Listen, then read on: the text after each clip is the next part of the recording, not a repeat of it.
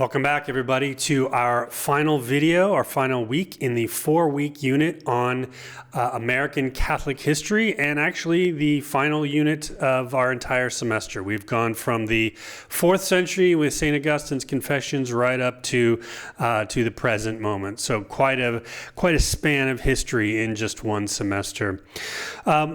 We are finishing this unit, and the unit, as I've said before, breaks down American Catholic history into three waves. The first one is sort of virulent anti-Catholicism. The second one, second half of the 19th century to the beginning of the 20th, immigrants coming from Europe, Catholics asking the question, should we become fully American? Whereas in the previous unit, the previous period, the response was Catholics could never be fully American. The answer then by the middle of the 20th century is yes, that's exactly what we want. And then today's unit is to pick up there, and Shaw is going to talk about the sort of repercussions of that. What are the fallout, what are the consequences of being fully American? So scholars often point to the 1960 presidential election as the watershed in American history for sort of the end of anti-Catholicism, which is not entirely true. I mean, even to this day, there's an anti-Catholicism. I think there will always be a bit of anti-Catholicism. But I think in general, that's not a bad marker for showing sort of institutional or rabid bias against Catholicism. And this is in part because of what I mentioned before in a previous video, the Al Smith presidential campaign. Al Smith from New York lost badly for several reasons, but mostly because he was Catholic. Then you have the Kennedy election of 60, and then you have the Joe Biden election of just a few years ago. And his Catholicism pretty much didn't come up at all in his election campaign. So certainly in terms of politics, it's not a problem to be a Catholic anymore. At least I should say the politicians who are putting themselves forward for election. And we'll talk here in just a minute about Archbishop Chaput's critique of a sort of Catholic political way of thinking today. So that's what we want to start talking about, and then come back to the question of education. We ended the last video talking about sort of Catholic institutions, educational institutions wanting to become like their peers, like Harvard, and become peers, what I should say, of places like Harvard and Princeton. And then what we're going to do is we're going to finish up by talking about Shaw's claim that this enculturation that we've started talking about last week comes at a high cost, in particular to Catholic identity, to mass exodus, Catholics leaving, especially young adult Catholics leaving the church and never coming back. Whereas in previous decades, you might have people, when they're young, they leave, and then as adults, they get married, they have kids, then they might come back to the church because they want to raise their kids in the church, but these days that doesn't seem to be happening.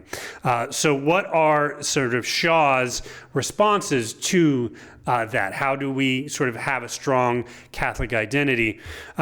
Shaw, I don't know if we want to go as far as calling Shaw sort of, Chicken Little, the sky is falling, if it's quite that dramatic or drastic.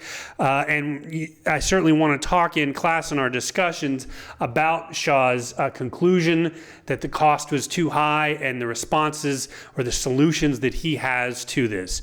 Do you think he's absolutely right? Do you think he's not dramatic enough, that maybe the sky is falling? Or maybe it's the exact opposite. Maybe you think, this enculturation thing has been good for America. Sure, there's always some negative consequences, but at the end of the day, the negative consequences aren't that bad. So maybe you fall into that camp. So let's talk about that in our class discussion. Let's go back to the Kennedy election of 1960 and why this is a watershed. Turn to page 138. So just a couple of months before the election, when in particular Southern Protestants were deeply suspicious about voting for a Catholic, Kennedy goes down to Houston, Texas, and he gives a presentation for the Greater Houston Ministerial Association. And this is sort of Kennedy laying forward his position about how he, if he were elected president, would act. And he's responding to this very long history of suspicion that we've been talking about for several weeks now. Catholics can't be in the minds of Protestants, can't be fully American because they're not free, they're not independent-minded, they don't follow their conscience. And there were a lot of Protestants, this may sound weird today, but there were a lot of Protestants who thought that there would literally be a telephone line from the White House to the Pope in Rome, and that on a daily basis, Kennedy would pick up the phone and he would just get his orders from the Pope, and then he would just be a foot soldier to the Pope. And so compromising sort of American integrity or sovereignty at the hands of following this religious leader way over there in the Vatican. So Kennedy has to go and he has to take this seriously. This is not, we might think about that as a crackpot theory now, but in 1960 and certainly before that, it was not a crackpot theory. This was a sort of mainstream position that a lot of Protestants held. So first thing I want to do is talk about what is Kennedy's response, which seems to have calmed the fears, at least of many Protestants, though certainly not all. And then what I want to do is I want to come back to a Catholic response to that. But let's start with, this is on page 138. Let's see, how does Kennedy make his argument for what is the role of not just a president, but a Catholic president if he becomes one? So this is the first full paragraph on 138. The conceptual heart of the Houston speech is, however, its powerful thrust in the direction of privatizing religion in line with American secularist thinking. Notice it's not in harmony with Protestant thinking, it's in harmony with secularist thinking. The speech operates on two levels, the level of politics and public life, and the private personal level of individual conscience. In both realms, the message is an implicit but devastating assault on traditional Catholic ways of thinking about these matters. On the public political level, the Kennedy text employs the familiar rhetorical device of setting up false options in order to reject them. I believe the candidate affirmed, in an America that is officially neither Catholic, Protestant, nor Jewish, where no public official either requests or accepts instructions on public policy from the Pope, the National Council of Churches, and any other ecclesiastical source. It would, of course, have been hard to say what public official in 1960 did seek or conceivably would have sought instruction from these sources. So you've got, again, this is getting back to the Farley comment, right? Sort of the distinction or the division between sort of Catholicism as this scary entity versus the reality of maybe your cousin or your brother-in-law was a Catholic. You like your brother-in-law, but you don't like Catholics. And I think there's something going on here with this, right? That no American political figure, Catholic or otherwise, would publicly state or even really believe, I'm going to take orders from the Pope or whomever. But there is this sort of fear that that's exactly what's going to happen. By the way, this speech, you can find the speech online. You can Google it and read it if you want. I think there's a YouTube video of it as well. Let's keep reading. More radical was his declaration of belief in the America, quote, where no religious body seeks to impose its will directly or indirectly upon the general populace or the public acts of its officials, unquote. Did this exclude religious bodies from joining the public debate and trying to persuade others of the rightness of their positions? Apparently so. The unspoken assumption underlying the speech is that in America, religion should have nothing to say to politics. Docile, domesticated churches should keep their noses out of the substance of public life. Tocqueville had predicted this 130 years earlier. All right, so what's going on there? Well, this is a sort of new argument in an argument we've been talking about, in a discussion we've been talking about for several classes. Remember earlier we talked about the founding fathers and their vision. Yes, there were some states, at least at the beginning of the Republic, that did have official religions, state-sponsored religions, although by the second quarter of the 19th century that had disappeared. But we also talked about how all of the founding fathers of this country, Washington, Hamilton, Jefferson, all of those guys, they all said that religion does have a place in public life, that if we're going to be an American experiment, a voting by the people, for the people, that electorate needs to be educated and it needs to be virtuous. He needs to be educated and he needs virtuous. And we saw Orestes Bronson about 100 years later or so make a similar argument, agreeing with that, and then sort of adding on top of that, saying, yes, and it's the Catholic Church that will provide that virtue because the Catholic institutional life of the church can inculcate in Catholics the virtue that is needed in being a good citizen. So there had always been an assumption, and it's hard for us, I think, in the 21st century to understand this, that our founding fathers, and for most of the history of this country, separation of church and state did not mean separation of religion from politics or the public sphere from the private sphere. This is something you'll hear today in a variety of different ways. People will say, you know, when you walk into the voting booth, you should leave your religion at the door. Or worship however you want on Sunday morning, but when you come into the office Monday through Friday, leave that at the door. You can't have anything in your cubicle of a rosary or a picture of a saint or anything like that. But now what you're starting to get in the middle of the 20th century, and Kennedy is not the only person that says this sort of thing, but it really crystallizes for Catholics in the political realm, is it's not just a separation of church and state, but it's a rejection of the idea of the integration of the public and the private, and integration of the politics and religion. And now you have the strict separation, whereas Kennedy and later Catholics would argue, and I think most Americans, no matter what the religion today, would say you have to have also a separation of the public and the private, that your religion, whatever your religious beliefs, even in this pluralistic society, or specifically because we're in a pluralistic society, should not inform your religion at all. And for him, Kennedy, that meant, he is the president. He will not allow his religion to influence his decisions as president, that he will leave those at the door, right? Again, I can't emphasize enough, this is a new argument that has taken hold, that has not been the predominant opinion for the vast majority of American history, and was not the position of our founding fathers. So Kennedy is, again, not unique in this, but he is the one that sort of crystallized this, especially for Catholic politicians and the Catholic way of thinking in America about voting and the relationship between politics and religion. Now, this is a dominant view, the dominant view, certainly for Catholic thinkers today, and most Catholics, in terms of how we think about the relationship between the public and the private, the political and the religious. But this isn't the only argument, and there is pushback against this. This doesn't come from your text, but I wanted to talk about it because I think it's important. This sort of adds to our discussion.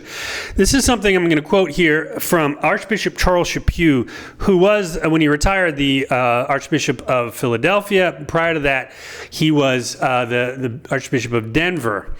And in 2010, he went down to Houston. He was invited to Houston, specifically to the Houston Baptist University, which I think now is called Houston Christian University. And he gave a sort of response to Kennedy. I mean, this is, decades later, but he wants to say that not only is Kennedy wrong, but what Kennedy did, and others, is open up a door that ushered in a view of politics and religion that is dangerous and it's bad and frankly is anti-Catholic. And what his argument is, we're going to see here, is that, well, what is a Catholic? Catholic means literally according to the whole, coming from the Greek kata holos, according to the whole, which can mean a lot of different things in a lot of different situations. But when we're talking about this particular topic, Chaput and others would say you can't segregate or separate and draw a line between the public and the private, religion and politics. That yes, our religion should inform our politics, and our co-religionists and atheists should do the same thing, right? This is not an exclusive argument just for Catholics. Chaput's not saying we Catholics should bring our religion to the public sphere, but those other religions shouldn't. Chaput would be perfectly fine with that. But the idea is, if we're going to be integrated, right, that's another way of talking about the word Catholic, integrated according to the whole, that we can't divide our lives up into different silos and say, well, I'm going to act or behave or think this way on Sunday and act and behave in this way differently on voting day. That ushers in a disintegration into the person, which is really dangerous. So here's a couple of paragraphs I just want to read from Chaput in his response to Kennedy. For his audience of Protestant ministers, Kennedy's stress on personal conscience may have sounded familiar and reassuring. Think back to the Farley book. We've talked about this. So Chaput knows everything that Farley talked about in her book. But what Kennedy actually did, according to the Jesuit scholar Mark Massa, was something quite alien and new. He secularized the American presidency in order to win it. In other words, precisely because Kennedy was not an adherent to that mainstream Protestant religiosity that had created and buttressed the plausibility structures of American political culture, at least since Lincoln, he had to privatize presidential religious belief, including and especially his own, in order to win that office. In other words, from Lincoln to Kennedy, there was a sort of assumption by Protestants that, having Protestant presidents is good, and you can and should bring your Protestant view in there. If Kennedy wanted to win the presidency, which he did, he couldn't make that similar argument because the argument wouldn't be having a Protestant president. He, as a Catholic, you would have a Catholic president. And so he had to use this term, secularize the American presidency. It's Kennedy who had to say, all right, the true American vision of politics is to get rid of religion altogether. And so going even more deeply American in a sense, right? Playing that American card. Like, well, if we're really going to be Americans, that means not just separation of church and state, but separation of politics and religion. In this case, secularizing the presidency. So he's sort of trying to say, I'm so American, I'm more American than you, Houston Protestant ministers. Let's keep reading. In Massa's view, the kind of secularity pushed by the Houston speech represented a near total privatization of religious belief. So much a privatization that religious observers from both sides of the Catholic-Protestant fence commented on its remarkable atheistic implications for public life and discourse. And the irony, again, as told by Massa, is that some of the same people who worried publicly about Kennedy's Catholic faith got a result very different from the one they expected. In effect, the raising of the Catholic issue itself went a considerable way towards secularizing the American public square by privatizing personal belief. The very effort to safeguard the essentially Protestant religious aura of the presidency contributed in significant ways to its secularization. So in other words, what Chaput and the scholar Mark Massa is saying is that Kennedy's speech is commented on its remarkable atheistic implications, right?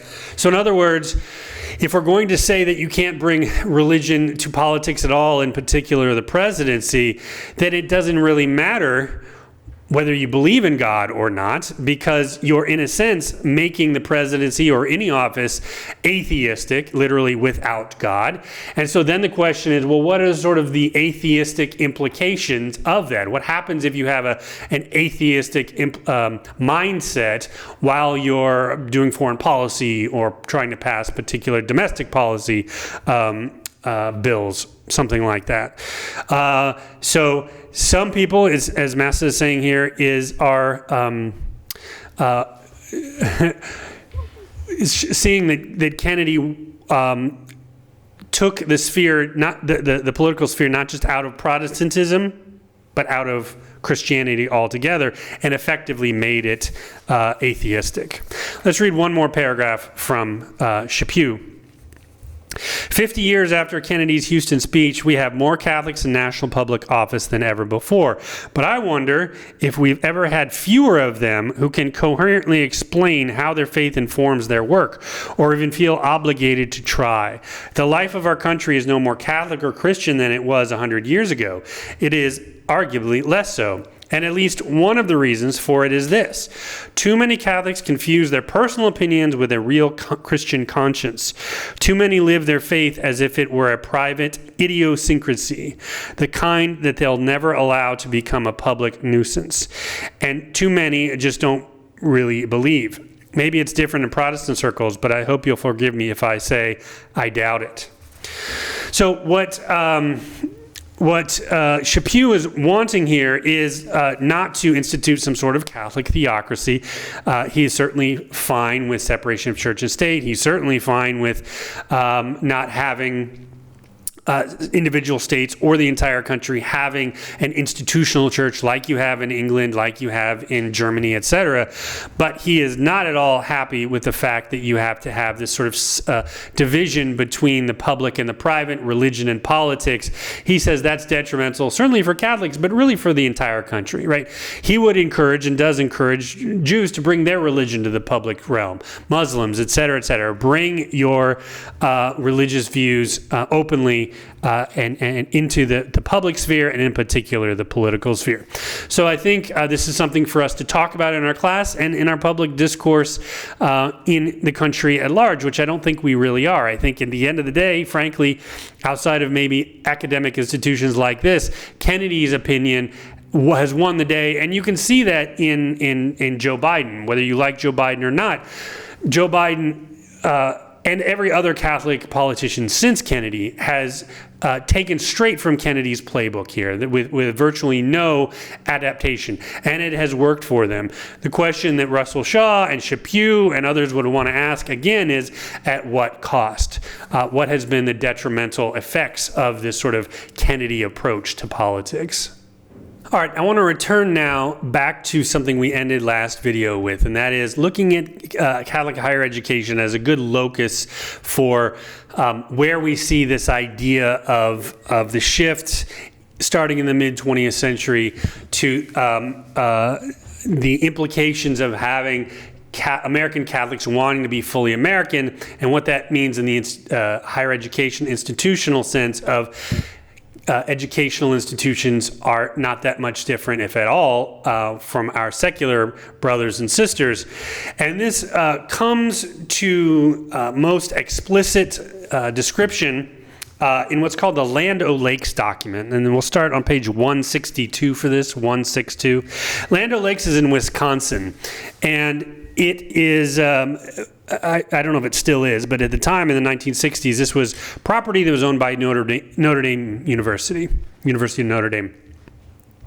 And so Notre Dame sort of spearheaded this, and they invited all the leading Catholic higher education institutions to come to Land O'Lakes and offer a sort of, or draft this document. You can find it online. It's really short. It's like 8 pages.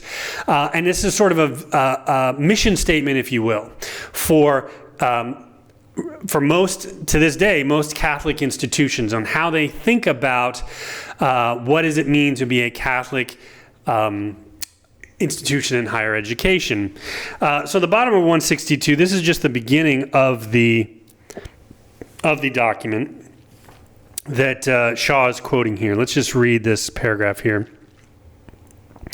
The Catholic University today must be a university in the full modern sense of the word, with a strong commitment to and concern for academic excellence. Right, so this is the beginning. Anytime you start something off, you want to put your best foot or your most important foot forward. And what is that first sentence telling us there, right?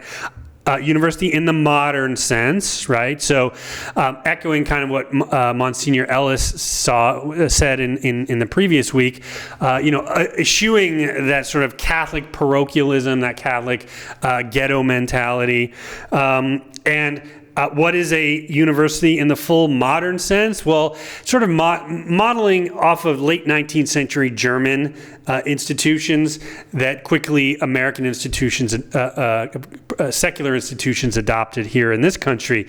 And what is that? Well, first of all, concern for academic excellence, right? Now, this is not to say Catholic schools shouldn't be concerned with academic excellence. Of course they should. But notice, this is the first thing that they say, right? And that's what any other secular institution would say. The number one thing is academic excellence.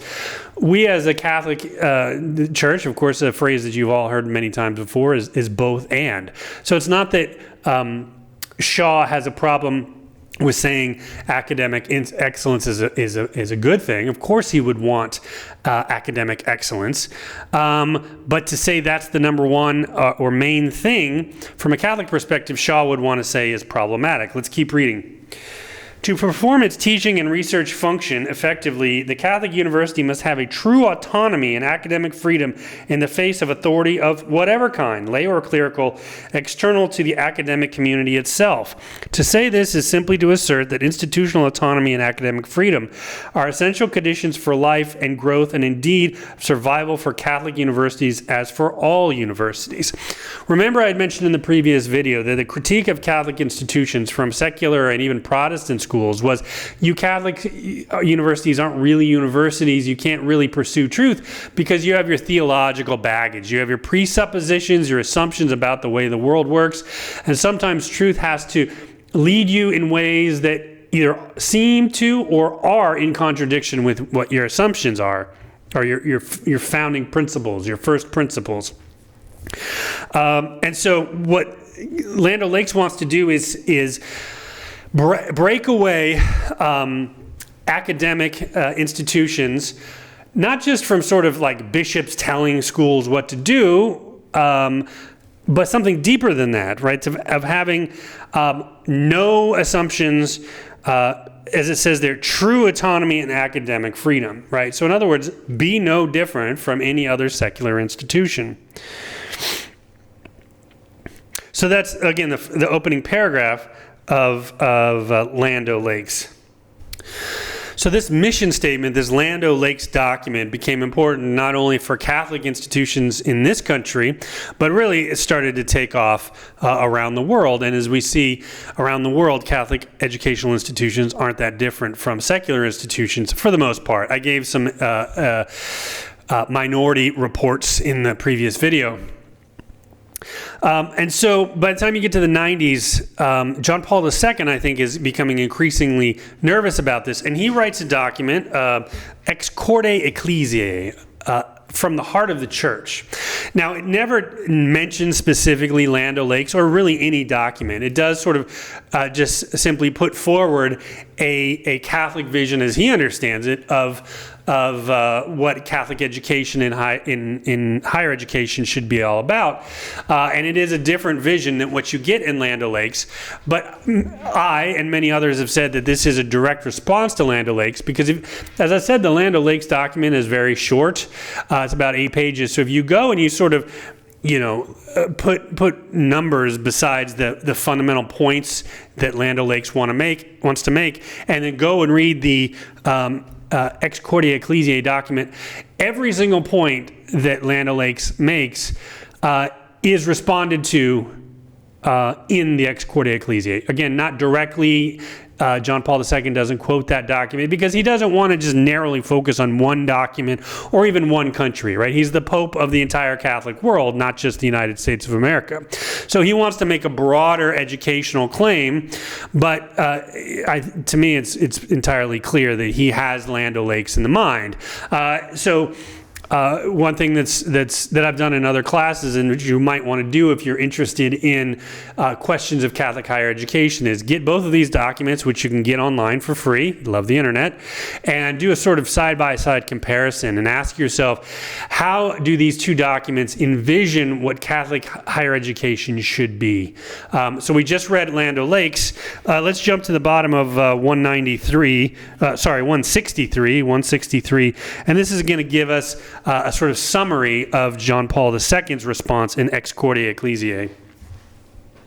In 1990, John Paul II published a document called Excordia Ecclesiae, From the Heart of the Church, which sets out principles to guide the relationship between Catholic higher education and the ecclesial community. It, too, top of 164, extols institutional autonomy and academic freedom. Notice that right off the bat, those two things that Land O'Lakes had mentioned as being primary, John Paul II is mentioning them and championing them. He's not rejecting them. He's not saying, I'm the Pope and you just have to listen to me. He favors institutional autonomy and academic freedom. But that's not it, right? So let's keep reading and see what else does John Paul II want to add to that. Though with a significant condition attached. So long as the rights of the individual person and of the community are preserved within the confines of the truth and the common good. Declaring it the purpose of a Catholic university to ensure the institutional Christian presence in the world of higher learning, Excordia Ecclesiae identifies 4 essential characteristics of such a school. These are Christian inspiration, both of individuals and of the university community as a whole, continuing reflection in the light of faith upon the growing body of human knowledge, fidelity to the Christian message as it comes to us through the church, and commitment to the service of the church and the human family. So as I was just saying a moment ago, the Catholic vision is a both and. So what John Paul II here is doing that classic move. Yes, he affirms academic freedom and institutional autonomy, and a Catholic institution has to set itself apart from those secular schools. And he lists 4 things here that he sees as sort of principles or undergirding ideas that should be manifest in a variety of different ways at Catholic institutions. So number 1, again, Catholic inspiration. Number 2, continuing reflection in the light of faith upon the growing body of human knowledge. Fidelity to the church message as it comes to us through the church, and commitment to the service of the church and the human family. Now, admittedly, those are broad and we could say vague. It's our job as Catholic educators to ask and answer the question, okay, well, how do we see that in a practical way? How should Catholic universities, how should Catholic seminaries think about implementing those 4 principles by John Paul II such that they're meaningful in some way? In other words, it's not just a secular institution with an icing of Catholic identity on top, or throw a theology class or 2 on top in addition to a mostly secular education. That the Catholic identity has to infuse throughout all of its aspects the entire institution, the curriculum, the faculty. Now, this is not to say that every faculty member has to be a Catholic, but to that first point, what does Catholic inspiration mean? So again, the implementation of that is our responsibility, and especially maybe less so in a seminary, but in universities, the role of the laity, right? I mean, certainly a lot of universities, Catholic universities, are founded by religious orders, but in the 21st century, they're increasingly being led administratively and by the presidents, by lay people. When I was a PhD student at the Catholic University of America, this was many years ago, they had their first lay president, John Garvey, right? And so, the Catholic University of America has a lay president. So the idea is John Paul II is giving us principles about what a Catholic education should be, whereas it's our responsibility to implement it. Now, again, that was back in 1990. Land O'Lakes was in the 1960s. So both of these documents are quite some time ago. So we've got the distance of history. We can look back now and reflect on what have we seen in the past decades, since 1990 in particular. And I think it's a resounding victory for Land O'Lakes. Again, I mentioned in the previous video some exceptions. But for the most part, most Catholic schools follow that Land O'Lakes model, which then Shaw wants to answer again, okay, at what cost? Sure, we have some really fantastic educational academic institutions, but what about the Catholic identity of those? Which brings us to our final point. As I've said, Shaw is not entirely thrilled with this yes answer to Catholics wanting to be fully American. He thinks that it's come at too high of a cost. That throughout the book, you've mentioned him talk about the abandonment of priests and religious from their orders. People just stop going to church. Catholic institutions lose their Catholic identity. That we, in effect, Catholics have become no different from any other American. Right? You walk down the street, you see somebody who's Amish or Mennonite, and not just see them the way they dress or the hair that they have, but if you engage with them, if you get into friendships with them, you can tell that they are of a different subculture. When you engage with most Catholics, can you tell that they are part of a distinct subculture?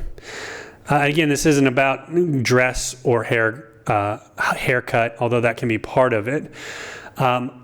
Do American Catholics think and act in a distinct way that is different from the larger dominant American culture? Shaw would say, for the most part, no. So again, what we want to do in class is debate this. Do you think he's right? Do you think he's wrong? So we'll talk about that. But finally, what I want to do is sort of look at what are some of his solutions, right? It's always a bad idea to say, here's some problems, and then not offer any solutions. He, as we're about to see, offers some solutions to us. And then in class, we can discuss whether or not these are sufficient. Are they right? Are they wrong? Do they go too far? Do they go not far enough? So let's review just some. We don't have time to get into all of these. This is the last, 20 to 30 pages of the text. So we'll just start on page 194. The second full paragraph. First, then, the first sort of response or solution for Shaw. It is necessary to restore, or more properly create, a healthy Catholic subculture in America. I think that's important that he says it that way, because he doesn't want to be one of those people who just says, well, we just need to get back to the 1950s. Like, just get back to the glory days. Let's get back to the golden age of Catholicism in America. Right? A lot of people have that vision, especially of the 1920s, that there was a golden age in the past. 1950s. Shaw realizes that even when we wanted to do that, we couldn't, and he's also saying we shouldn't. We have to do something new. We have to, as John Paul II says, respond to the signs of the times, right? This is not 1950. This is the 21st century, and so we have to have a new Catholic subculture. Let's keep reading. With all its strengths and limitations, was the bedrock foundation of American Catholicism well into the 20th century. Then, weakened by demographic shifts, the Cultural Revolution, it was tossed aside by Catholic intellectuals and the leaders of the Church. There is no bringing it back to life now, as some Catholic nostalgia buffs apparently would like to have happen. But the need is imperative for a new subculture and its supporting plausibility structure as the underpinning for American Catholicism in the 21st century. So we need to talk about in class, what does that mean exactly? What does a subculture look like? And something that I've mentioned more than once in this semester is one vision, and I'm not saying this is the only or the best one, but it's the clearest one, and this gained some traction a few years ago. Rod Dreher's book, the Benedict option, right? He proposes in that text what Shaw is describing here as a Catholic subculture. How can we be a subculture and not just be subsumed by the larger dominant American culture? So that's point one, a subculture. A Catholic subculture, what does that mean? Top of page 195, this is his second point. First full paragraph. As suggested furthermore, to some extent, it's already happening, partly in response to the challenge of preserving and in a number of cases re-Catholicizing older Catholic institutions that could have roles to play in the new Catholic subculture, if, but only if, they return to the strong, clear Catholic identity they had in the past. Many American Catholic colleges and universities are illustrations of this. Increasingly, too, this need exists in relation to Catholic social services. And it goes on naming some of those. So the first point was a sort of culture, a subculture.